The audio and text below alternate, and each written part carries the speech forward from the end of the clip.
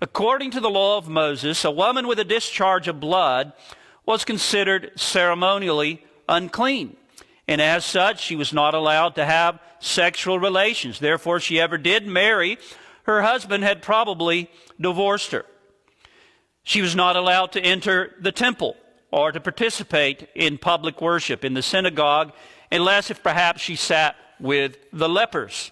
She was not even allowed to touch other people, because if she did, they would become defiled. Anything she touched was considered unclean. Not even her own family members could touch her. And think about it. She had been in this condition for 12 long years.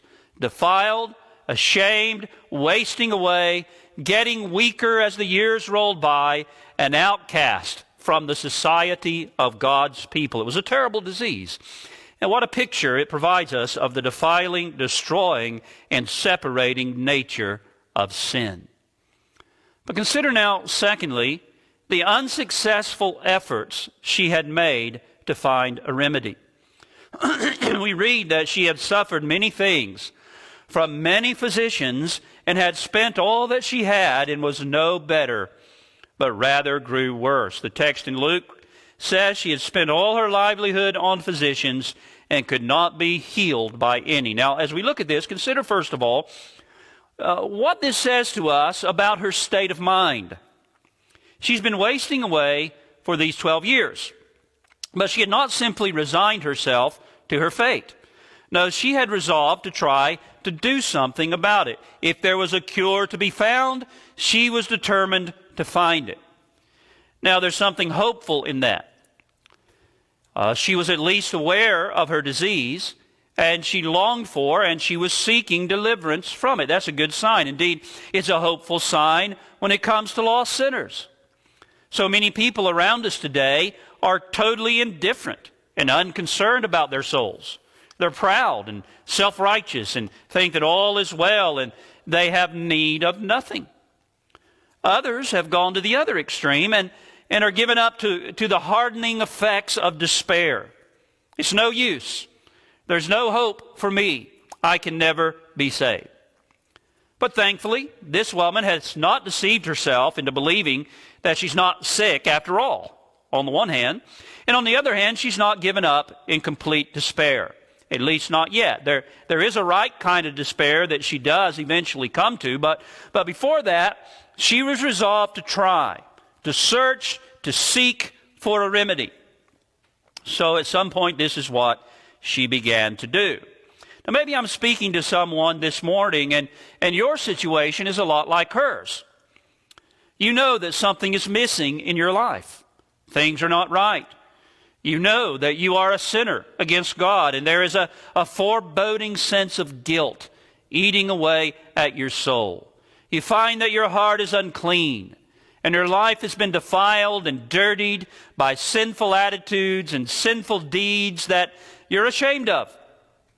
Unclean lusts and selfish desires that dominate your life, hurting others, bringing sadness and misery upon yourself. And there's also this secret underlying fear of death. And what happens after death? You're not prepared, and you know it. And there's a gnawing dread of judgment to come. And perhaps like this woman, you've been resolved, at least at times, to try to do something about it. To search for answers, to seek after security and peace. This was this woman's state of mind in our narrative. She was resolved to try to do something about her condition. But now let's consider, secondly, what she did. What did she do? Well, the text says, and she had suffered many things from many physicians.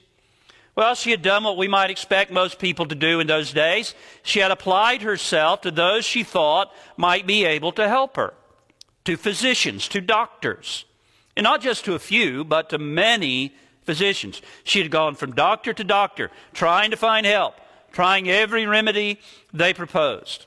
It's interesting, the Talmud, the ancient Jewish book of rabbinic teaching, actually suggests no less than 12 cures for this specific illness. Some of them are quite humorous, really. to modern ears. For example, one was to take the gum of Alexandria, the weight of a small silver coin, of alum the same, of crocus the same. Let them be bruised together and given in wine to the woman that has an issue of blood. If this does not benefit, take of Persian onions, 3 pints. Oh, sounds delicious, doesn't it? Boil them in wine and give her to drink, and say, arise from thy flux. Another supposed remedy was to have the woman sit in a place where 2 ways meet, holding a cup of wine in her hand, and then someone was to sneak up behind her and frighten her and say, arise from thy flux. Well, it's hard to see how that would cure her, maybe from hiccups perhaps, but from an issue of blood, I don't think so. And I've read of other odd prescriptions that were used for various diseases in those days. Grasshopper eggs, for example, or the nail from the finger of a man who had been hanged. Well, now try to imagine this woman trying one thing after another like this. To put it in modern terms, if you were to go to her house, her bathroom cabinet was full of all kinds of medicines. She had tried conventional medicines, natural medicines, homeopathic cures, juices, vitamin supplements, cold baths, hot baths. If you looked at her bookshelf, it was full of books promoting this or that new health fad, or this or that new approach, or new method, or special diet. She had read every medical journal, conventional and natural. She had been to every clinic in the area, made appointments with this doctor and that doctor and the other doctor. Perhaps as she visited one and tried his prescriptions, for a while she felt much better. She felt very hopeful. Perhaps she felt better for a while, only to be disappointed when the problem resurfaced.